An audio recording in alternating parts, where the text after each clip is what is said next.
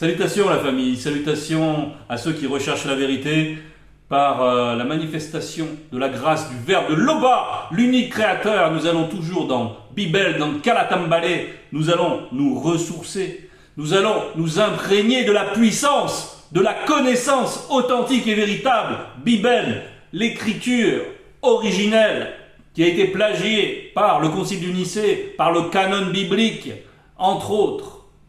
Donc tous ces ouvrages aujourd'hui sont dans la honte parce que le fait que Bible soit restaurée aujourd'hui dans cette époque, ça procure par comparaison de la honte parce qu'on y voit les contradictions, les erreurs, les mensonges, toutes les fabulations, toutes les inventions, toutes les hérésies, toutes les injustices. Non, là c'est un livre de pure justice, la doctrine de justice, on y va et on va donc dans l'évangile caché de Koudanemoula, au chapitre 31 à partir du verset 14, et c'est intitulé Jokisabe marche sur les eaux du grand lac mystique. Jokisabe marche sur les eaux du grand lac mystique. C'est donc un miracle que nous allons aborder et que nous allons expliquer. Nous allons entrer dans les révélations par la manifestation de la puissance du Verbe de Loba. Et Jokisabe marche sur les eaux du grand lac mystique. Aussi, les incrédules, ceux qui aujourd'hui marchent persuadés que les scientifiques ont tout expliqué, persuadés que le Big Bang est à l'origine de la création, et quand on leur demande mais d'où vient le Big Bang, ils sont là. Donc, les scientifiques, eux, ils disent qu'il n'y a pas un effet sans cause, et quand on leur demande quelle est la cause de cet effet qu'est le Big Bang, quelles sont les explications? Il n'y en a plus. Ils ferment leur bouche. De manque de connaissances. Ici, nous savons que tout provient de l'unique créateur qui est par-delà tout ce que l'on peut concevoir ou ne pas concevoir. C'est là qu'ils sont bornés, qu'ils sont limités. Donc, par-delà cette incrédulité, pour le créateur, lui qui a créé toutes choses bonnes avant la chute. Mais qu'est-ce que c'est de permettre à son premier-né, qui vient dans la réalité de la chute, de marcher sur les eaux? Est-ce si incroyable? Est-ce si difficile à concevoir? Non, c'est juste normal. Quand on voit la complexité, justement, si tu observes les bonnes choses, si tu observes la complexité moléculaire, si tu observes la sagesse, l'intelligence qui est déployée pour permettre que la vie soit, que l'existence soit manifestée, la matière, les forces physiques, que tout ça soit ordonné pour permettre cette existence. Le fait de respirer. Quand tu vois tout ce qu'il a fallu, tout cet équilibre, pour que cela soit, eh bien, celui qui est l'auteur de toutes ces choses, bien sûr avant la chute, mais par la chute, il y a toujours la permission du Verbe de Loba qui permet que nous soyons cette existence. Alors, qu'est-ce que c'est marcher sur le lac? Sur un lac pour son envoyé, pour son premier-né, Jokisabe. On va aller au verset 14. Jokisabe était monté sur une montagne pour prier Loba. Et pendant qu'il priait, une multitude d'entités célestes firent leur apparition autour de la montagne. Bon, là, on est témoin d'une scène. C'est important quand on va dans Bible, quand on va dans Kalatambale, de s'imprégner des scènes, de vivre les scènes. Il ne faut pas hésiter à se projeter à travers Jokisabe, à travers les patriarches, pour vraiment ressentir ce qu'il se passe. Donc là, il est monté pour prier, et il y a donc une multitude d'entités qui se manifestent. Et à travers cette ascension, à travers cette prière, il monte premièrement pour puiser, pour accomplir quelque chose. Il va se passer quelque chose de déterminant. Oui, parce que marcher sur les eaux, ce n'est pas simplement un tour pour épater la galerie. On n'est pas dans la prestidigitation. Non. Derrière cet accomplissement, il y a toute une signification. Bien, ici on voit qu'il est fortifié. Si les entités se manifestent, ce n'est pas là aussi pour faire joli, pour le décorum. Non, il est fortifié, investi. de puissance. Et avec cette puissance, il redescendit plus tard. Après sa descente de la montagne, il chemina tout droit vers le grand lac mystique. Donc, il va tout droit vers le but. C'est bien spécifié. Il a un but, il y a un accomplissement. Jokisabe se tint ainsi au milieu de l'obscurité devant ce grand lac mystique. D'abord, il va considérer il va prendre le temps de considérer. Aussi, Mouledi Zulula nous a conseillé de faire ce genre d'expérience, d'aller au-devant des éléments, d'aller au-devant dans la nuit. Bon, bien sûr, il faut faire les choses avec sagesse. Il ne s'agit pas d'aller en pleine forêt à Ouassé, alors qu'il y a des animaux sauvages, etc. Mais on peut présentement aller devant un lac la nuit et travailler dans la foi. Travailler parce que c'est très important, parce que la foi, elle va être fortifiée, on va manifester la confiance dans le Verbe, le fait qu'on est protégé. Mais tout ça, il faut bien se préparer avant de faire cela, comme Jokisabe se prépare, bon lui à un autre niveau, parce qu'il doit faire quelque chose de très précis, mais nous pouvons nous aussi faire ce genre d'expérience, et il est bon de les faire, ça fortifie le lien avec le Verbe, la confiance qu'on va devoir manifester, tandis qu'il fait noir, on entend des bruits, c'est quelque chose qui va nous demander de puiser dans notre ressource, dans notre lien avec le Verbe, et c'est bon de le faire. Donc, Mouledi nous a souvent encouragés à le faire. Là, ici en France, c'est une période estivale. C'est aussi une période plutôt favorable pour expérimenter ce genre de choses. Il faut faire des expériences avec le Verbe pour gagner en intimité avec le Verbe. C'est logique. Donc, après sa descente, voilà, on était au verset 17. Il se tint aussi au milieu de l'obscurité devant ce grand lac mystique. Tout à coup, virgule, son esprit déclencha en lui une émotion mystérieuse qui n'est connue que par les initiés, et il posa ses pieds l'un après l'autre sur le lac et se mit à marcher sur les eaux sans couler. Donc, ici, on nous parle d'une émotion qui a été déclenchée par son esprit.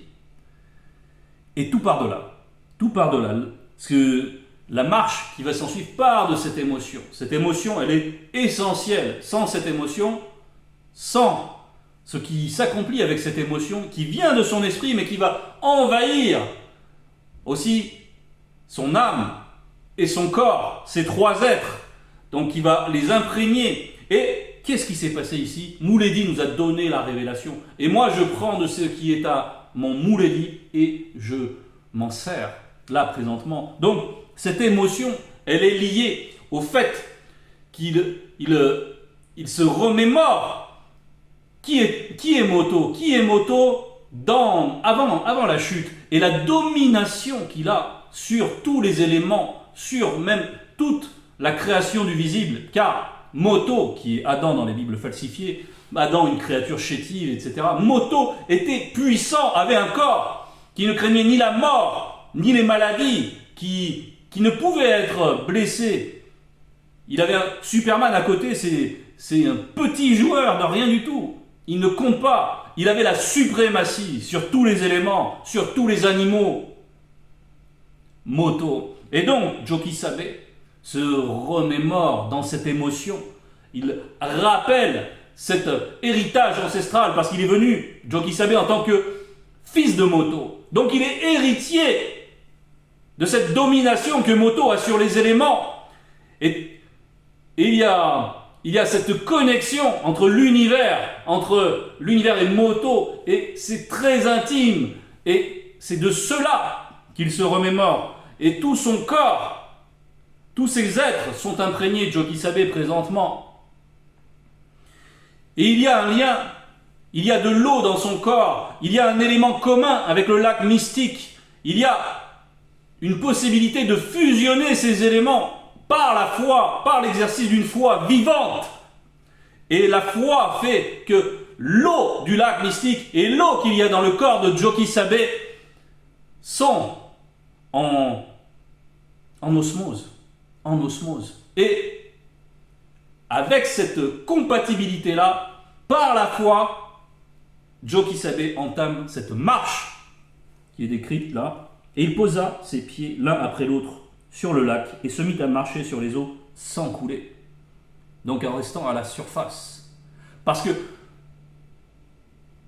c'est comme si l'esprit gonflait dans le corps et ça lui permet de flotter. Donc, on voit qu'il se passe des choses lorsque nous faisons ce que nous avons évoqué, cet exercice. En tout cas, nous grandissons dans la foi. C'est parce que c'est par la foi que tout ça est possible. Et nous grandissons dans la foi lorsque nous nous exerçons, non pas à marcher sur les eaux, mais en tout cas déjà à méditer, à aller au-devant de la nature. Et même des éléments qui peuvent impressionner, tels que l'orage, nous allons le voir. Soudainement, le vent se mit à souffler de plus en plus fort et l'aspect des nuages se changeait en arcus de type multicouche. Donc, quand Joki Sabe marche sur les eaux, à ce moment-là arrivent ces manifestations, donc des nuages particuliers, les arcus, qui sont les orages les plus... qui manifestent les orages les plus violents. Le vent se mit à souffler de plus en plus fort et l'aspect des nuages se changeait en arcus de type multicouche.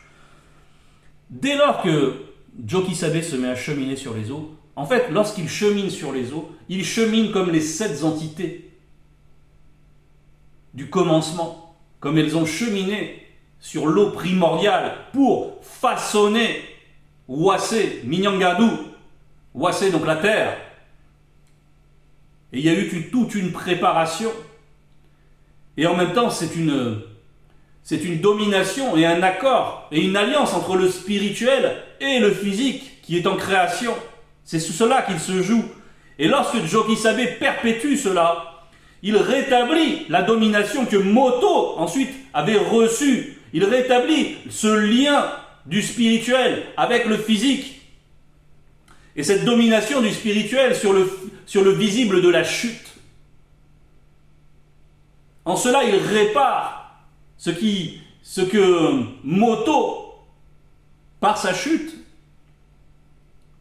a laissé.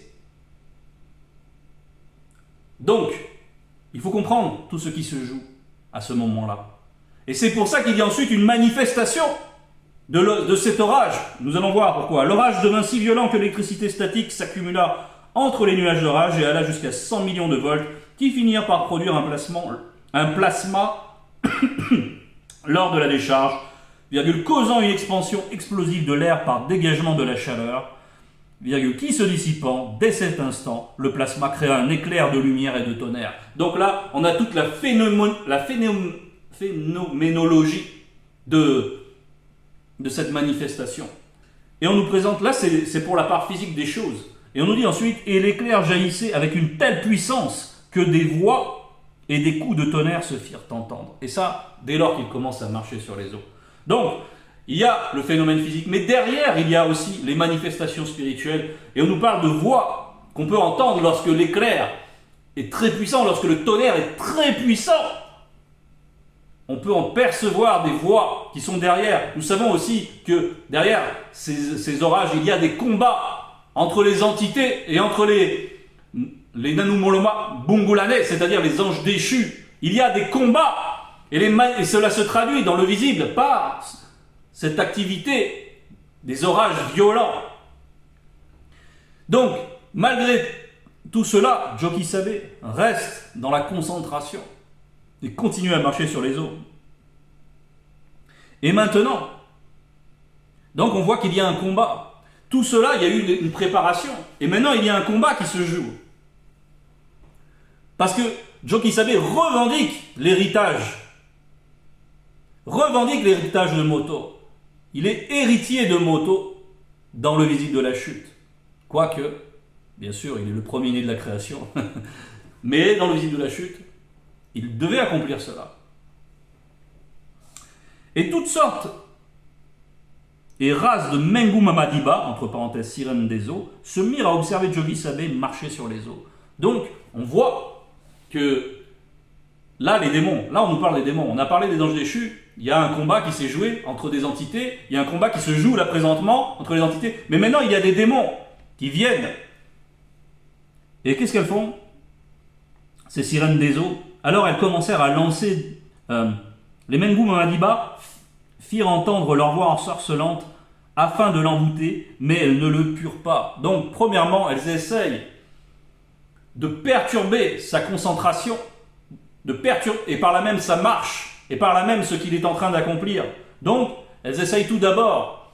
Et il y a aussi des sirènes des airs, par exemple. Et lorsque des sirènes, ça c'est aussi Mouledi qui nous l'a enseigné, lorsqu'on sent l'appel du vide, peut-être certains avez-vous fait cette expérience, lorsqu'on vient de faire une longue ascension et que d'un coup on se retrouve là devant le vide, une grande hauteur, on peut ressentir l'envie de sauter comme ça. Mais derrière, il y a des esprits qui produisent ce genre de choses. Et il y a aussi des sirènes des airs.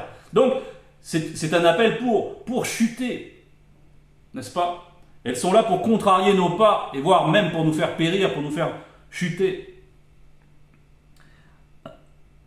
Verset 25. Dès lors, Jokisabe prit le dessus sur elle, si bien que les démons de haut rang de l'air et de la forêt vinrent pour secourir les Mengu. Non. En 24, pardon. Alors elles commencèrent à lancer des cris de guerre en tonnant des voix étranges. Donc là, étant donné que la séduction ne fonctionne pas, elles passent à un autre mode et elles font entendre des cris, des voix étranges. Tout ça pour perturber la marche. Dès lors, Jokisabe prit le dessus sur elle, si bien que les démons de haut rang de l'air et de la forêt vinrent pour secourir les Mengu Mamadiba. Entre parenthèses, sirènes des eaux. Donc, on voit toute la corde des démons qui étaient dans ce lieu venir en renfort. Quand ils virent Jokisabe, ils prirent peur et ne firent pas le poids face à l'extraordinaire puissance de Jokisabe.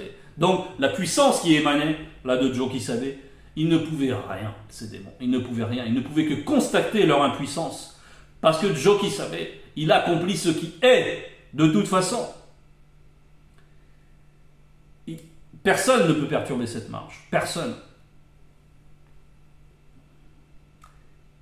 Plus tard, Jokisaba, tous les sorciers et sorcières des environs assistaient stupéfaits à la défaite des Mengu Mamadiba, entre parenthèses sirènes des eaux, et autres démons de haut rang. Donc c'est la défaite des démons. C'est-à-dire que le pouvoir qu'exercent les démons, et on parle des eaux, c'est aussi symbolique. C'est-à-dire que Jokisabe, il représente le spirituel, il représente le spirituel, et on sait qu'on a parlé des entités qui ont fait alliance avec l'eau primordiale, et Jokisabe renouvelle cette alliance. Et bien sûr, les démons, eux, ils veulent absolument pas que cela soit. Ça veut dire qu'on, par là même, on nie leur influence, on objecte au contraire la suprématie du spirituel avec ces eaux. Et maintenant, voyons ce que Jokisabe va faire. Plus tard, Jokisabe alla vers ses apôtres en marchant sur le grand lac mystique. Plus tard, donc, qu'est-ce qu'il fait? Il continue sa marche. Et maintenant que cette suprématie est établie, et maintenant que tous les démons ont été mis en déroute, et maintenant qu'il n'y a plus d'obstacle, qu'est-ce que fait Jokisabe? Cette suprématie, il va avec et il va voir ses apôtres. Pourquoi il va voir ses apôtres? C'est pour la donner en partage. Pour les initier, pour leur inculquer, pour qu'ils soient eux-mêmes héritiers de cette domination. Verset 29, quand les apôtres le virent marcher sur le lac, ils furent troublés, excepté Abéa, entre parenthèses Nathanaël, et Soma. Quant aux autres, ils dirent, c'est Jengu Mamadiba, la sirène des eaux, point d'exclamation. Et dans leur frayeur, ils poussèrent des cris. Donc, il y a, parmi les apôtres, il y a deux initiés, ces deux initiés, donc on a vu c'est Abéa et Soma. Abéa et Soma, eux, ils sont initiés, donc ils n'ont pas la peur, ils savent discerner, ils ont le discernement pour voir ce qu'il se passe, et ils ne croient pas que, ils savent bien que ce ne sont pas ici, il ne s'agit pas ici d'une Jengu, donc d'une sirène. Mais les autres sont dans le trouble et sont dans la peur. Et Jokisabe leur dit aussitôt, rassurez-vous, c'est moi, avec un M majuscule, n'ayez pas peur, et il ne faut d'autant plus pas avoir peur que, justement, Jokisabe est venu pour partager cette domination. Et on va prendre Jokisabe, chapitre 32, à partir du verset 14, qui nous dit « Les 70, donc là il s'agissait de 70 disciples, revinrent avec joie disant, 2 points, Mouledi, Les démons même nous sont soumis en ton nom. Jokisabe leur dit, le deuxième et moi voyons Satan le Muniba Bobé, mauvais esprit tombé d'une des demeures du non visible, comme un éclair, comme un éclair. Nous avons vu ce qui s'est joué derrière les éclairs, derrière ces manifestations. Ça a été la chute, ça a été le fait que ceux qui prétendent s'opposer à la manifestation de la volonté de Loba chutent. Ils sont dépouillés. Et voici, je vous ai donné le pouvoir, et voici ce que dit Jokisabe ensuite, voici, je vous ai donné le pouvoir de marcher sur les démons serpents et les démons scorpions et sur toute la puissance de l'ennemi. De marcher sur elle. Donc, Jokisabe a marché sur les eaux, a marché sur le conseil des Jengu, des Mengu, qui étaient reliés à ce lac mystique. Il a marché sur cette puissance. Et voilà ce que ça symbolisait. Et maintenant, il donne en partage cette puissance à ceux qui le suivent, pour qu'ils marchent eux aussi sur la puissance de l'ennemi. Et afin que tout soit accompli, afin que le nombre connu soit manifesté à la grande consommation pour la vie véritable. Bon, aujourd'hui, dans notre temps, Zulula, c'est l'ère de la connaissance, et Zulula déverse la connaissance avec une puissance incroyable, difficile à suivre des fois.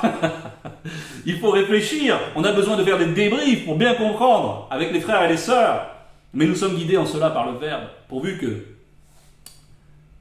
nous restions dans les commandements, pourvu que nous fassions tout pour notre sanctification. Donc, aujourd'hui c'est l'ère de la connaissance, et cette connaissance, c'est le mystérieux, c'est le deuxième né qui est évoqué également ici, qui nous donne en partage cette connaissance. Et cette connaissance est une arme.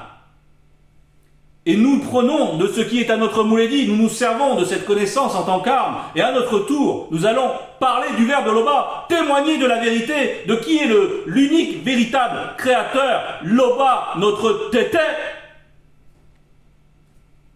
Ainsi nous perpétuons, dans cette ère de la connaissance, le combat, comme les disciples ici ont bénéficié de l'héritage de Moto par Jokisabe, qui a rétabli ce qui avait été ébranlé. Bien, faisons de même, nous, avec ce qui nous est donné. Toute gloire à Tété.